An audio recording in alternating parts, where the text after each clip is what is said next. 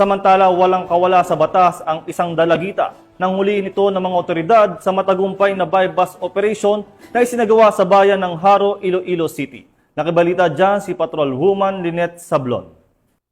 Isang 9 anyos na babae ang nahuli ng mga otoridad sa isinagawang bypass operation sa barangay Buhang, Haro, Iloilo City.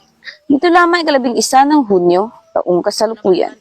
Kinilala ang suspect na si Alice Janelle, single, at residente ng barangay Fajardo, Iloilo City. Ang operasyon ay isinagawa ng mga operatiba ng Iloilo City Police Station 3 sa pamumuno ni Police Captain Mary Jane P. Panes, officer in charge. Nakumpiska mula sa suspect ang 6 na plastic sachet ng inihinalang shabu, isa bilang bypass item at 5 pa sa kanyang pag-aari. Kasama rin sa mga nakumpiska ang 2,600 pesos na bypass money at ilan pang non-drug items. Tinatayang nasa 40,800 pesos halaga ng droga ang nakumpiska mula sa operasyon.